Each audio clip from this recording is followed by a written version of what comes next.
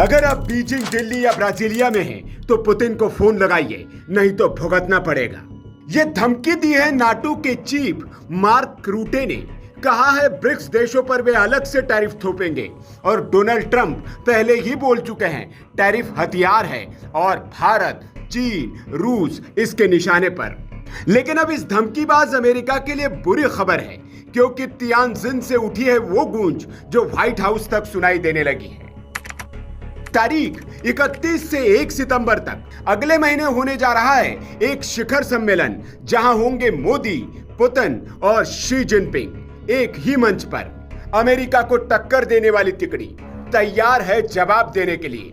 अभी विदेश मंत्रियों की बैठक में ही एस जयशंकर ने चीन के राष्ट्रपति शी जिनपिंग से मुलाकात की और वही बोला जो अमेरिका सुनना नहीं चाहता था।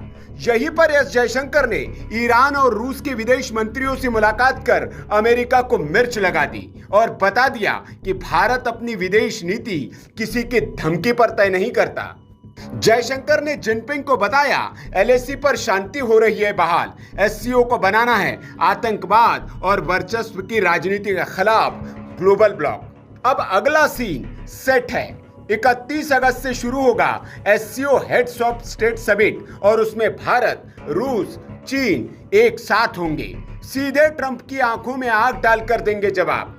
बीजिंग के तियानजिन शहर में चल रहा शंघाई सहयोग संगठन सम्मेलन अभी खत्म नहीं हुआ है। विदेश मंत्रियों के शिखर सम्मेलन के बाद अब राष्ट्राध्यक्षों की बैठक होनी भी अगले महीने तय है।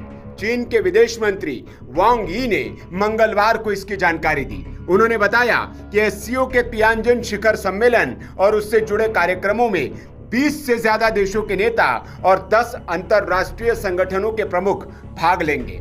इसमें प्रधानमंत्री नरेंद्र मोदी, रूस के राष्ट्रपति व्लादिमीर पुतिन और दूसरे देशों के नेताओं के भी इसमें भाग लेने की संभावना है। मतलब रूस, चीन और भारत एक साथ। ये जवाब है उस अमेरिका को जो ब्रिक्स को धमका रहा है और दबाने की कोशिश कर रहा है। 3 देशों के पास है अमेरिका को रोकने की चाबी। भारत, दुनिया की सबसे तेज बढ़ती अर्थव्यवस्था, चीन, उत्पादन और निवेश का राजा, और रूस, ऊर्जा, हथियार और सामरिक ब्लॉक का अगुआ। तेल और गैस के लिए भारत रूस के बीच डील हो चुकी है। चीन से सीमा तनाव में नरमी आ रही है। डॉलर सिस्टम को दरकिनार करने के लिए नई मुद्रा व्यवस्था पर बातचीत हो रही है और अमेरिका के टेरिफ वॉर का जवाब देने के लिए एससीओ ट्रेड नेटवर्क तैयार किया जा रहा है। यही वजह है कि अमेरिका चिढ़ा हुआ है। अब ट्रंप की धमकी का जवाब देने का समय आ गया है, क्योंकि ये नया समिट सिर्फ तस्वीरें लेने के लिए नहीं बल्कि नए ग्लोबल ऑर्डर की बुनियाद रखने वाला है। क्या भारत को एससीओ और ब्रिक्स के जरिए अमेरिका को कड़ा संदेश देना चाहिए? कमेंट करके आप जरूर बताएं और इस वीडियो को शेयर कीजिए उन दोस्तों के साथ जो समझते हैं कि भारत अब किसी का पिछलग्गू नहीं है। Bureau report, VK news. VK news, राष्ट्र के नाम।